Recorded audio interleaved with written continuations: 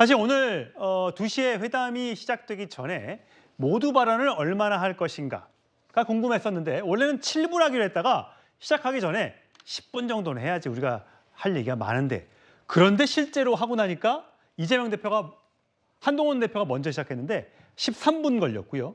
그다음에 이재명 대표가 18분 동안 혼자서 발언을 했습니다.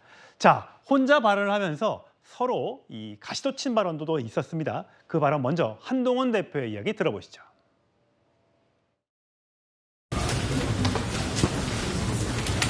아이고 반갑습니다.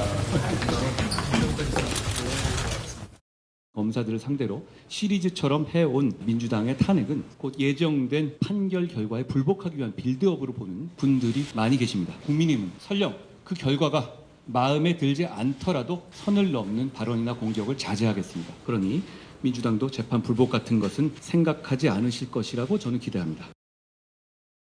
예, 성룡훈 대변인. 예.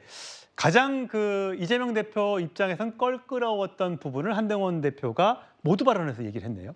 그렇습니다. 그 불체포 특권 포기 이야기를 했고요. 그다음에 그 재판에 대해서 승복하자라는 이야기도 있었고 반면에 이제 이재명 대표는 한 18분에서 19분 정도 제가 현장에서 들었는데 거의 10분의 2배 가깝게 긴 시간을 발언하시던데 들으면서 좀 의아한 부분이 두 가지가 있었습니다. 하나는 계엄 이야기를 이재명 대표가 스스로 얘기를 했어요. 그런데 국회가 요구하는 것을 막기 위해서 국회의원들을 그 계엄 선포와 동시에 체포 구금하겠다. 뭐 그런 얘기가 나오고 있다. 뭐 이런 말씀을 하셨는데 이거는 사실이 아니지 않습니까? 그리고 우리 헌법 77조 5항에 보면은 국회 제적 과반수가 요구하면 계엄을 해제할 수 있고 현재 계엄법에 보면은 그 국회의원의 불체포 특권은 건드리지 못하게 되어 있습니다. 이런 얘기를 이재명 대표가 직접 하시면서 또 뒷부분에 가서는 그 가짜 뉴스 같은 걸 얘기하면 안 된다. 그런 이야기를 해서 제가 들으면 상당히 의아했고 그다음에 우리 국민들께서 아마 이재명 대표가 했던 그 모두 발언을 다 들으셨다면은 1,400만 개인 투자자가 상당히 실망할 만한 부분이 있었습니다. 금투세 폐지에 대해서 비정상적인 대안이라는 표현을 썼거든요. 그런데 과연 이것이 비정상적인 대안인가? 그동안에 숱한 토론이 이루어졌습니다만은 이 금투세 폐지의 당위성은 뭐 충분히 논의가 됐기 때문에 제가 더 반복은 안 하겠는데 아마 이러한 인식 때문에 오늘 금투세 폐지에 대해서 합의에까지는 이르지 못한 것으로 보여서 그 점은 좀 아쉬운 생각이 듭니다. 예, 한동훈 대표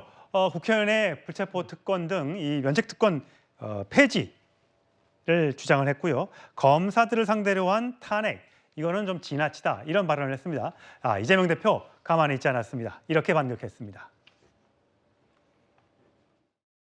해병대원 특검법, 우리 한동훈 대표께서도 전 국민을 상대로 공언하셨습니다. 저는 그게 진심이라고 생각합니다. 그 진심이 지금도 바뀌지 않았을 것으로 확신합니다. 제3자 추천 특검으로 하자라고 말씀하셨습니다. 저희가 적극적으로 검토하겠다고 말씀드렸습니다. 또 조건을 하나 더 붙이셨는데 증거 조작 이것도 특검하자 하시죠. 저희가 수용하겠습니다. 이제 결단하셔야 됩니다. 입장이 난처한 거 이해합니다. 그러나 공당이란 또 국민을 대표하는 정치인이란 자신이나 개인 또는 주변의 특별한 문제 때문에 국민적 대의를 벗어날 수는 없는 것 너무 잘 아실 겁니다. 예, 8가지 조금 전에 올라온 공동 발표문이 있어서 글씨가 조금 작은데 제가 좀 읽어드리겠습니다. 민생 공동공약 추진 위한 협의기구를 운영한다. 금투세 관련 주식시장 활성화 방안까지 종합 검토하고 협의한다. 정부의 추석 응급의료체계 만전을 당부하고 국회 차원의 대책을 협의한다. 반도체 AI 국가 기반 전력망 확충 지원 방안을 적극적으로 논의한다. 이렇게 4가지. 그다음에 가계 소상공인 부채 부담 완화 지원 방안을 강구한다. 육아휴직 확대 입법 과제를 추진한다. 딥페이크의 심각성을 인식하고 제도적 보완을 한다. 지구당제도 제도 도입을 적극적으로 협의한다. 이 8가지가 공동 발표문에 담겼습니다. 여러분들이 많이 궁금해하시는 의정 갈등, 의대 정원 문제라든지 최상병 특권과 관련된 어떤 그 추진 내용은 전혀 합의가 안 됐고 담기지가 않았습니다. 성치훈 부의장, 조금 전에 이재명 대표가 얘기했던 것처럼 해병대원 특검법 얘기를 하면서 어쨌든 다 받아들이겠다. 한동훈 대표가 얘기했던 제3자 추천 특검법 받아들이겠다. 다른 것까지 포함하는 특검 다 같이 하자. 이렇게 얘기했어요. 근데 한동훈 대표는 거기에 대해서 말을 안 했습니다. 어떻게 보세요? 지금 한동훈 대표가 그 전당대회 출마 선언을 하면서 약속했던 것이기 때문에 그것을 지키라고 민주당에서 계속 요구를 하고 있는 것인데요. 말씀하신 것처럼 제3자 추천에 의한 특검법 추진, 그리고 그 제보 공작 의혹까지 그것도 다 넣자. 그리고 아마 이재명 대표께서 이런 얘기도 하셨습니까? 아마 또 추가적인 작은 것들을 또 요구를 할 텐데 그런 것들도 다 받겠다. 그러니까 나중에는 아마 민주당에서 그냥 발의를 할 수도 있습니다. 준비하고 있다는 이야기도 이미 나오고 있고 지금 계속해서 국민의힘이 어떻게 보면 저는 하나의 약속이거든요. 근데 당내 민주주의, 당내 의견 수렴 절차 이런 것들을 계속 얘기하면서 어떻게 보면 민주당이 정한 날짜에는 할 수 없다라고 얘기하는데 그러면은 국민의힘은 그냥 계속해서 시간을 늘리기만 할 겁니까? 언제까지는 그래도 당내 의견을 내보고 이때까지 결론이 안 났다라고 말이라도 해줘야 되는 거거든요. 근데 그런 거에 대해서 이재명 대표가 우리가 다 받아줄 테니 일단 하자라고 했고 제가 봤을 때는 아마도 이 비공개 독대에서 그런 관련 이야기를 좀 하지 않았을까. 한동훈 대표 입장이 조심스러운 건 맞습니다. 왜냐하면 워낙 친윤계 의원들이 그것과 관련돼서 아마 여기서 만약 합의문에 최상병 특검 얘기가 한 줄이라도 들어갔으면은 아마 득달같이 달려들었을 겁니다. 그렇기 때문에 그런 거에 있어서 부담이 있기 때문에 아마 이거에 담기는 어려웠을 것이고 좀 그렇기 때문에 사실 이번 합의문이 아쉽다 이런 분들이 많은데 저는 최상병 특검이 안 들어간 게 가장 아쉽고 만약에 그게 들어갈 수 있었으면은 만약 다른 부분 금투세 부분이나 이런 부분도 민주당이 좀 더 양보를 할 수도 있었을 겁니다. 근데 최상병 특검에 대한 양보를 받아들이지 못했기 때문에 합의문에 넣지 못했기 때문에 다른 부분에 있어서도 민주당은 아마도 양보할 그 자세를 갖고 있었으나 아마 합의문에 넣지 않았을 것이다. 결국 지금 이 양당 대표가 만나서 100분까지 회담을 하면서 그리고 40분간의 독대까지 하면서 논의를 했지만 결국 발목을 잡고 있는 것은 누구냐? 전 윤석열 대통령이라고 생각합니다. 윤석열 대통령 때문에 최상병 특검도 결국 추진하지 못하고 있는 부분이고 하지만 저는 민주당이 결국 이거를 야당과 합의해서 이걸 발의를 할 거고 그렇게 됐을 때 국민의힘도 이제 답할 시간이 올 거고 그때쯤 되면은 국민의힘에서 뭔가 단일된 목소리를 못 내더라도 일부의 목소리가 합쳐지면서 뭔가 최상병 특검을 추진할 수 있지 않을까라는 기대는 해봅니다. 예, 첫 술에 배부르겠느냐라는 반응도 있고요. 이럴 줄 알았다라는 비관론도 있습니다. 어쨌든 두 사람이 만나서 독대까지 했으니까 첫 만남이 있었으니 앞으로 두 번째, 세 번째 만남이 이어질 수 있겠고 앞으로 또 대통령까지 함께하는 3자 회담도 있을 수 있을까? 많은 분들이 궁금해하실 것 같습니다. 자, 한동훈 대표와 이재명 대표의 발언이 하나 더 준비되어 있습니다. 들어보시죠.